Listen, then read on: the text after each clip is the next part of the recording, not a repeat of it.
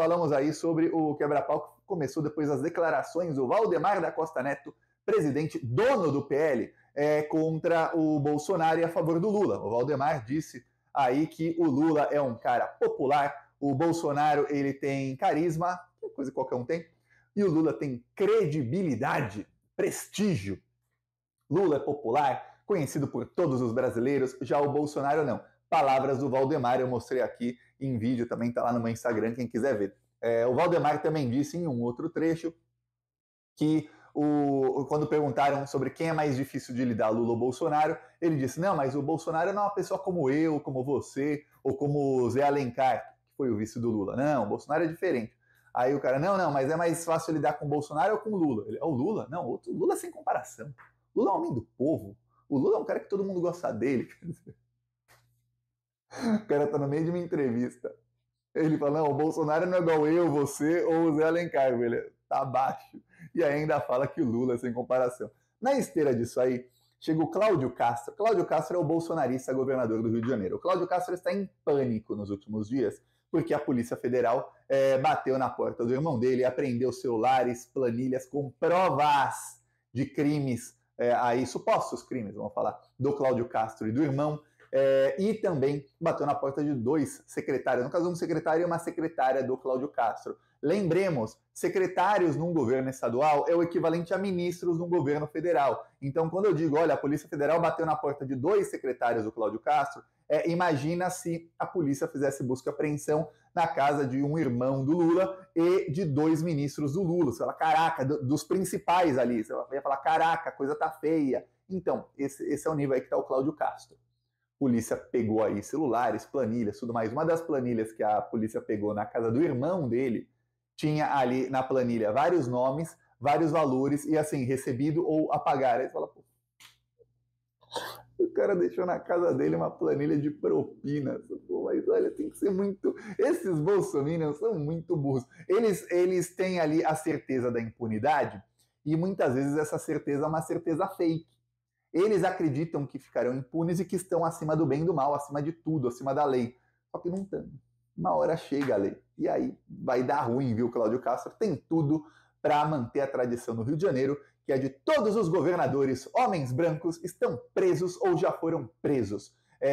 A única exceção aí de governador ou governadora, quem governou o Rio de Janeiro que está viva e não foi presa é a do PT. A única é a Benedita da Silva, mulher negra. Os outros homens brancos, todos aí mantendo uma tradição. O Cláudio Castro, muito em breve, vai pra jaula. Já avisaram o Cláudio Castro o seguinte, olha, não vai ter trégua não, viu?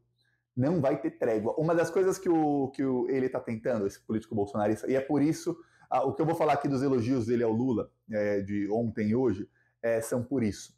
O Cláudio Castro está tentando, há alguns meses, mudar quem é o chefe da Polícia Federal do Rio de Janeiro.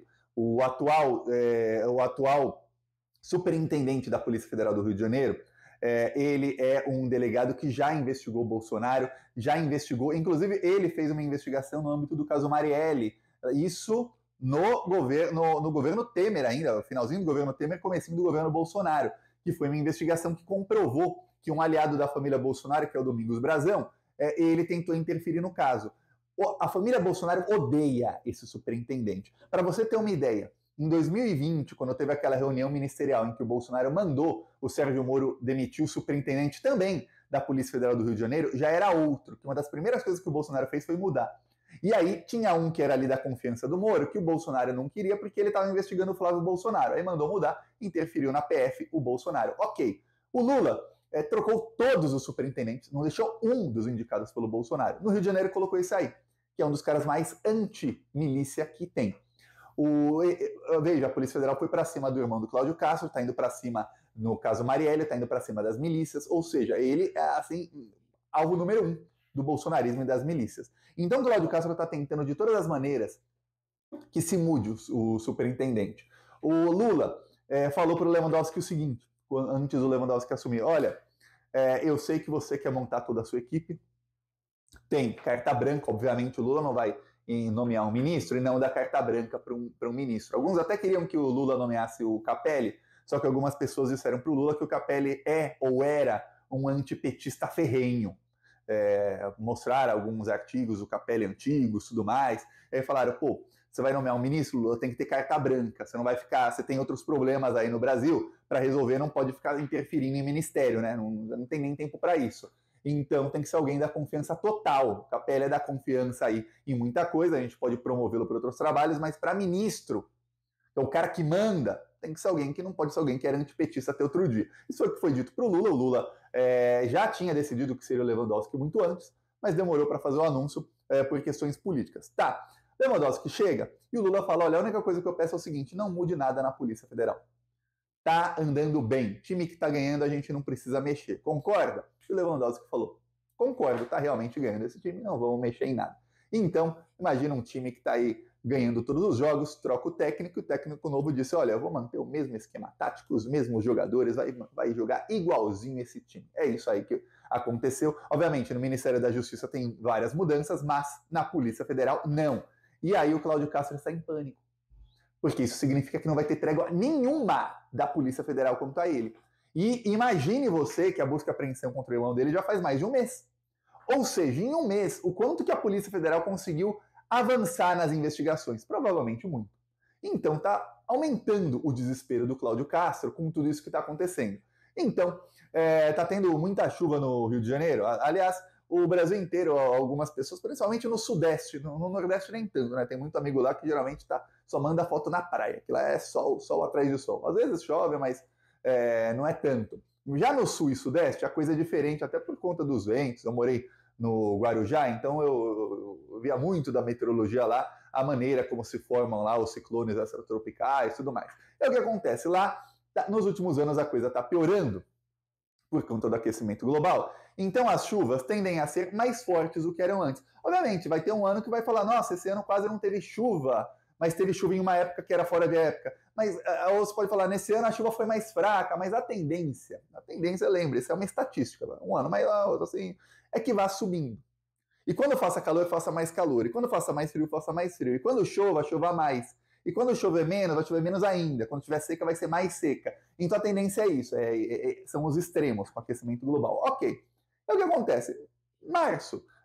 Tem até uma música chamada Águas de Março. Não chegamos em março ainda, mas às vezes se adiantam as águas de março. Com o aquecimento global, tende a adiantar algumas vezes, outras vezes atrasar. É normal. Tá. E aí, o Rio de Janeiro está embaixo d'água novamente. 12 pessoas morreram. O Cláudio Castro estava em férias em Miami. É engraçado como esses bolsominions simplesmente abandonam os cargos e vão para outro lugar e a imprensa finge que não vê. Olha, imagina você se o Lula fosse para Miami, tirar férias em mansão em frente à praia e tivesse gente morrendo no Brasil. Nossa, isso é uma loucura, uma loucura. Iam criticar o Lula de todas as maneiras. Teve jornalista que criticou porque o prefeito do Rio de Janeiro, Eduardo Paes, ele está no Rio de Janeiro. Esse não tirou férias em Miami. O Lula ligou para Eduardo Paes para ver o que fazer para ajudar o Rio de Janeiro. Não ligou para o governador, que o governador nem está lá. Então a imprensa tentou criar picuinha, falando, olha o Lula aqui desautorizando o governador. Esses dias teve repórter da Globo que, olha, eu fico enojado, assim, dá nojo mesmo, nojo, de repórter da Globo, o Globo, de CNN, CBN, que é rádio da Globo e tal, falando que, olha, o Rio de Janeiro não tem segurança pública e a culpa é do Lula. Isso é um problema do Lula. Aí o Eduardo Paes acionou direto o Ministério da Justiça para resolver alguns problemas aí da segurança pública no Rio. Aí fala, olha, o Eduardo Paes não ligar para o Lula indica que isso é culpa do Lula. O governador não tinha secretário de segurança pública até o final do ano passado. Então o Cláudio Castro ficou anos sem um secretário de segurança pública. Ou seja, não existia a segurança pública, um responsável pela segurança pública do Rio de Janeiro. Aí o atual secretário, ele está há 3, 4 meses, ele nunca se reuniu com o chefe nem da Polícia Civil, nem da Polícia Militar. Então, os prefeitos, quando querem tratar de segurança pública, eles pulam o governador, porque é como se não tivesse o governador, e falam direto com o Lula. Mas a culpa é do Lula, não é do governador. Globo. Tá. Aí começaram a criar picuinha. Eis que o Cláudio Castro aparece e diz o seguinte para a imprensa, Cláudio Castro sobre o Lula, hein? Cláudio Castro, um político experiente não faria nada contra o povo para me atingir, ainda mais pela grandeza do cargo. Eu não ataco, não sou inimigo dele, nunca fomos, disse ele para a CNN Brasil. Aí logo depois o Cláudio Castro disse que não tem problema o Lula ligar para o Eduardo Paes. Quando eu liguei para o Lula, ele me atendeu normalmente. Sou um governador, ele é o presidente, me atendeu.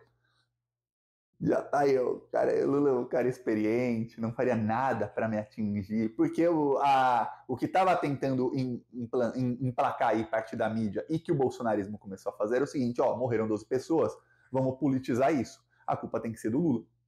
A imprensa porque quer enfraquecer o Lula perante alguns públicos e, principalmente, o que a imprensa faz é o seguinte, faz uma matéria contra o governo, sabe, não precisa dar destaque nessa matéria na Globo, no UOL, na Folha, no Jornal Nacional, no Globo News, não.